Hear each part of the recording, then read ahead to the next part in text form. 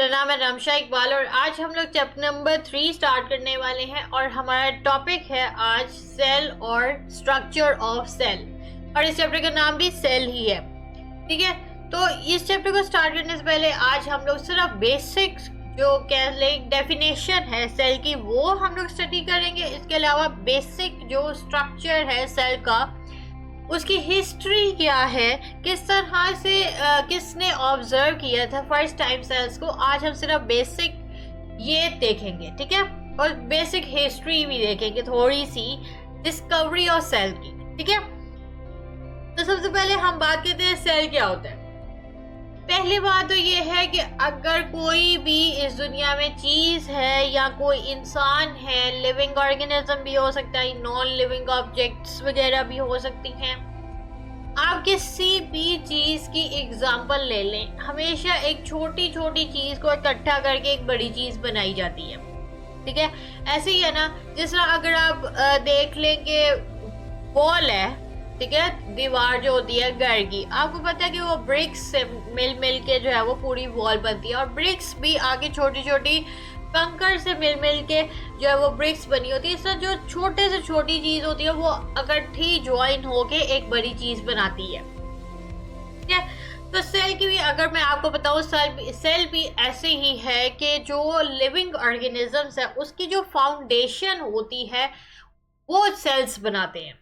ठीक है, अब सेल्स होते क्या है, ये एक माइक्रोस्कोपिक स्ट्रक्चर्स होते हैं, यानी कि माइक्रोस्कोपिक इस तरह से कि इसको हम सिर्फ माइक्रोस्कोप के अंदर ही देख सकते हैं। अब हमारी जो ह्यूमन बॉडी होती है उसके अंदर क्या होते हैं, ये पूरी बॉडी मिलियंस ट्रिलियंस जितने मर्जी आप मिला के जो है वो सेल्स को मिला के एक बॉडी बनती है।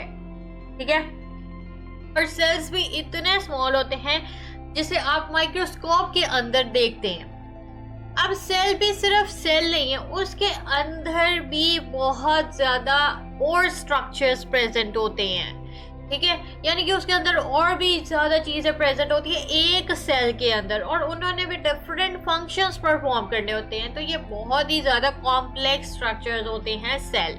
अगर हम लिविंग ऑर्गेनिजम्स की बात करें तो सेल ही बेसिक जो है वो कह सकते हैं उसको स्ट्रक्चर होता है, बेसिक यूनिट होता है लाइफ का।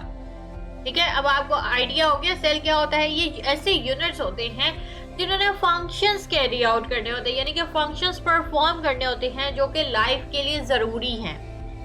इसके अलावा इसे लिविंग ऑर्गेनिजम्स की बिल्डिंग ब्लॉक्स भी कह सकते हैं, यानी कि इससे मिलकर पूरी एक बॉडी बनती है। ठीक है, उसके अलावा ये आता है कि ज्यादातर सेल्स जो होती हैं उनका साइज स्मॉल होता है लेकिन बहुत ज्यादा कॉम्प्लेक्स होते हैं। कॉम्प्लेक्स इस सेंस में ही कि वो बहुत ज्यादा different kinds of functions perform करते हैं। अब हम बात करते हैं स्ट्रक्चर ऑफ सेल के। अब आपको सेल का आइडिया हो गया है क्या होते हैं, कि हमारे जो बेसिक बिल्डिंग ब्लॉक्स हैं लिविंग ऑर्गेनिजम्स के, उन्हें हम लोग सेल कहते हैं, जिन्होंने सारे फंक्शंस परफॉर्म करने होते हैं। ठीक है, अगर हम इसके स्ट्रक्चर की बात करें, पहली बात तो यह स्ट्रक्चर को डिटेल में स्टडी करने से पहले हम थोड़ी सी हिस्ट्री देख लेते हैं। बेसिक जो स्ट्रक्चर है वो डिस्कवर किया था इंग्लिश साइंटिस्ट ने, उसका नाम था रॉबर्ट हुक। 1665 में उसने क्या किया था, सिंपल माइक्रोस्कोप लेके उसने क्या किया था, ऑब्जर्व किए थे टाइनी बॉक्स जैसे स्ट्रक्चर्स से, उसने वो एग्जामिन किए थे। ठीक है, और उसने उनका नाम दे दिया था सेल्स। अब ये किस तरह से उसने एग्जामिन किया था, ये एक प्रॉपर उसने एक्सपेरिमेंट किया था। लेकिन अब ये जो न्यू वर्जन आया है बायोलॉजी का, इसमें प्रॉपर एक्सपेरिमेंट नहीं बताया हुआ, इसलिए मैं आपको नहीं पढ़ा रही। ठीक है, जो ओल्ड बुक थी उसमें प्रॉपर बताया हुआ था कि किस तरह से उसने सेल्स को ऑब्जर्व भी किस तरह किया था, ये भी बताया हुआ था। ठीक है, अच्छा, उसके बाद उसने जब सेल्स को नाम दे दिया था, फिर 19th सेंचुरी में माइक्रोस्कोप की क्वालिटी थोड़ी सी इम्प्रूव हुई थी। ठीक है, पहले तो सिर्फ वहाँ पे सिंपल माइक्रोस्कोप यूज किया जाता था, लेकिन बाद में माइक्रोस्कोप की क्वालिटी को थोड़ा इम्प्रूव किया गया था। और वो क्यों किया गया था, ताकि इंटरनल स्ट्रक्चर्स देखे जाएं सेल्स के।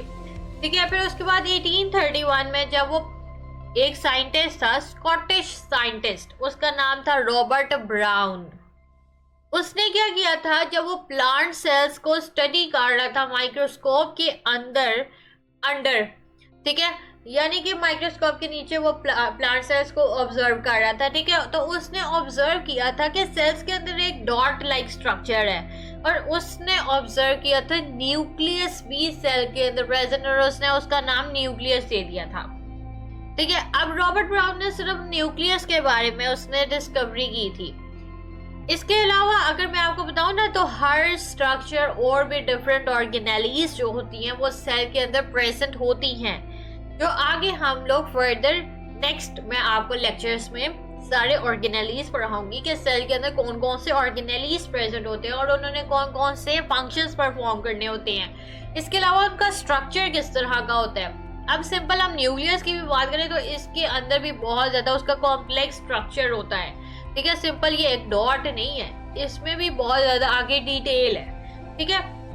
तो बहुत ही इजी ये कह लें कि चैप्टर भी है। बच्चे क्या करते हैं, ये चैप्टर देख के ही डर जाते हैं क्योंकि ये थोड़ा सा लेंथी चैप्टर है, लेकिन ये बहुत ज्यादा इजी है, ठीक है। इसमें आपको रट्टे लगाने की जरूरत नहीं है, ये आप सिर्फ इसमें कंसेप्ट हर चीज का लेते जाएंगे तो ऑटोमेटिकली आपको सारा चैप्टर याद हो जाएगा, ठीक है। तो आज हम लोग ने बस इतना ही पढ़ना था, मैंने अभी आपको कोई ऑर्गेनेली नहीं पढ़ाई। हम लोग नेक्स्ट लेक्चर में फिर पहली ऑर्गेनेली स्टार्ट करेंगे, ठीक है। ऑर्गेनेलीज क्या होते हैं, ये भी क्या होते हैं कि सेल्स के अंदर कुछ ऑर्गेनेलीज यानी कि कुछ और स्ट्रक्चर्स भी प्रेजेंट होते हैं, उन्हें हम लोग कहते हैं ऑर्गेनेलीज, ठीक है।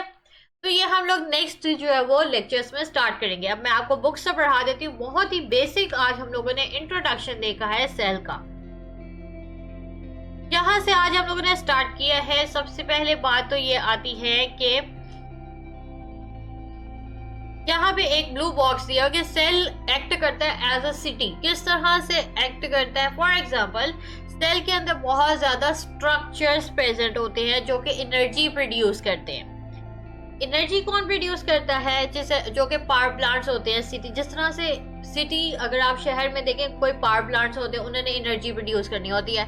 इसी तरह सेल के अंदर भी कुछ ऐसे स्ट्रक्चर्स होते हैं जो कि एनर्जी की प्रोडक्शन करते हैं, ठीक है। वो होती है माइटोकॉन्ड्रिया है, जो कि जैसे powerhouse of the cell भी कहते हैं, लेकिन अभी मैं आपको सिर्फ बेसिक बता रही हूँ, ठीक है। आगे हम डिटेल में पढ़ेंगे, जरूर पढ़ेंगे, ठीक है। कुछ ऐसे स्ट्रक्चर्स आते हैं जो कि प्रोसेस करते हैं और ट्रांसपोर्ट करते हैं मटेरियल्स को भी, ठीक है।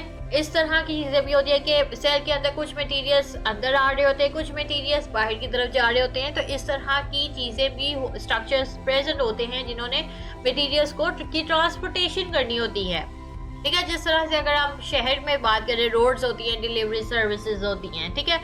उसके अलावा ये आता है and other structure remover break waste. इसके अलावा अगर कोई भी प्रोसेसिंग हो रही होती है सेल के अंदर तो वेस्ट वगैरह भी बनते हैं, ठीक है। तो इसके लिए भी कुछ स्ट्रक्चर्स प्रेजेंट होते हैं सेल के अंदर जिन्होंने उन वेस्ट को या तो रिमूव कर देना होता है यानी कि बाहर की तरफ फेंक देना होता है, या फिर वो उन वेस्ट की ब्रेक डाउन कर देते हैं, ठीक है। जैसे कि शहर में अगर आप देखें वेस्ट डिस्पोजल यूनिट्स प्रेजेंट होते हैं।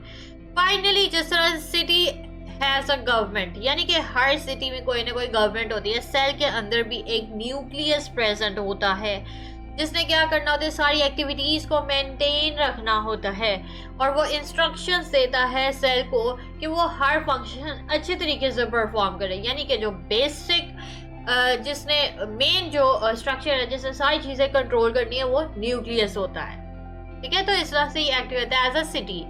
उसके बाद ये सेल की आपने सिंपल इसकी डेफिनेशन याद करनी है, और इसके अलावा यहाँ पे ब्लू बॉक्स दिया हुआ है, some cells are large enough to be seen with the naked eye. अच्छा, कुछ सेल्स इतने बड़े होते हैं कि आप अपनी नॉर्मल आंख से भी देख सकते हैं। For example egg cell of ostrich, ostrich का जो एग सेल होता है वो आप अपनी आंख से नॉर्मली देख सकते हैं। यूनिसेलुलर ग्रीन एल्गी एसिटाबुलेरिया, ये भी जो ग्रीन एल्गी है इसका नाम लिखा हुआ है, ये भी आप इजीली देख सकते हैं नेकेड आई से। इसके अलावा यूनिसेलुलर जाइंट अमीबा, जाइंट अगर अमीबा लें वो यूनिसेलुलर इस सेंस में कि सिंगल सेल होता है, uni means one, cellular cell, ठीक है। तो वन सेल उनके अंदर प्रेजेंट होता है, ये भी आप नेकेड आई से देख सकते हैं, ठीक है। ये आपने पूरा पैराग्राफ जो है वो शॉर्ट क्वेश्चन के लिए ये पूरा आपने याद करना है। उसके बाद आता है स्ट्रक्चर ऑफ सेल में। सबसे पहले तो इसमें एमसीक्यूज लाजमी तौर पे आपने याद करने हैं ये साइंटिस्ट के नाम, ठीक है, किसने सेल्स को डिस्कवर किया था, किसने जो है वो ये रॉबर्ट ब्राउन ने किस न्यूक्लियस को किया था। इसके अलावा इंटरनल स्ट्रक्चर्स भी देखे गए थे। तो ये आपने जो है वो ये सिर्फ एमसीक्यूज के लिए प्रिपेयर करना है, ये इसका शॉर्ट भी नहीं आता, ठीक है। There are two basic types of the cells। अच्छा, हमारे पास दो टाइप्स होती हैं सेल्स की, ये आगे हम और डिटेल में पढ़ेंगे, इसलिए मैंने अभी आपको नोट्स पे नहीं ये लिख के दिया। दो तरह के सेल होते हैं, प्रोकैरियोटिक होते हैं और यूकैरियोटिक होते हैं। प्रोकैरियोटिक क्या होती है, जो कि सिंपल होते हैं सेल्स, और इसके अंदर मेम्ब्रेन बाउंड ऑर्गेनेलिटीज प्रेजेंट नहीं होती, यानी कि इनके अंदर इतनी वो मेम्ब्रेन बाउंड इस सेंस के इनके अंदर जो ऑर्गेनेलिटीज होती है उसके इर्द गिर्द मेम्ब्रेन नहीं होती, ठीक है। जबकि यूकैरियोटिक सेल्स में हम देखें तो ये बहुत ज्यादा कॉम्प्लेक्स सेल्स होती हैं, इस सेंस में कि इनके अंदर मेम्ब्रेन बाउंड ऑर्गेनेलिटीज भी होती है, यानी कि ऑर्गेनेलिटीज के इर्द गिर्द मेम्ब्रेन भी प्रेजेंट हुई होती है। इसी वजह से यूकैरियोटिक सेल्स ज्यादा कॉम्प्लेक्स होते हैं। प्रोकैरियोटिक सेल्स किस में प्रेजेंट होते हैं? प्रोकैरियोटिक सेल्स जो प्रोकैरियोटिक ऑर्गेनिजम्स आ जाते हैं ना, जैसे कि बैक्टीरिया वगैरह आ जाते हैं, इस तरह के जो सेल्स इनके अंदर डिफाइंड न्यूक्लियस नहीं होता, सिंपल जेनेटिक मटेरियल होता है, प्रॉपर न्यूक्लियस प्रेजेंट नहीं होता। ये प्रोकैरियोटिक सेल्स उनके अंदर प्रेजेंट होते हैं, और यूकैरियोटिक सेल्स जो होते हैं, जिस तरह के हम यूकैरियोटिक हैं ऑर्गेनिजम्स हैं, यानी कि हमारे पास बहुत ज़्यादा कॉम्प्लेक्स सेल्स हैं और हमारे अंदर प्रॉपर मेम्ब्रेन बाउंड ऑर्गेनेलिटीज भी प्रेजेंट होती हैं। तो ये इस तरह के जो सेल्स होते हैं वो हमारे लिविंग ऑर्गेनिज्म, जो कॉम्प्लेक्स लिविंग ऑर्गेनिजम्स होते हैं, उनके अंदर प्रेजेंट होते हैं, ठीक है। बहुत ही ज़्यादा इजी टॉपिक था, होप सो आपको काफ़ी इजी लगा होगा और आपको समझ आ गई होगी। ये आप अपनी वर्डिंग में भी लिख सकते हैं, बहुत इंटरेस्टिंग चैप्टर है ये। और अगर आपको वीडियो पसंद आई है तो लाइक करें, शेयर करें, सब्सक्राइब करें। लिंक आपको नोट्स का डिस्क्रिप्शन में मिल जाएगा, साथ में एक और लिंक दिया हुआ है जो कि फुल बुक का है। अगर आपने वहां से स्टडी करना है तो आप वहां से भी कर सकते हैं। तो आज के लिए इतना ही, अल्लाह हाफिज।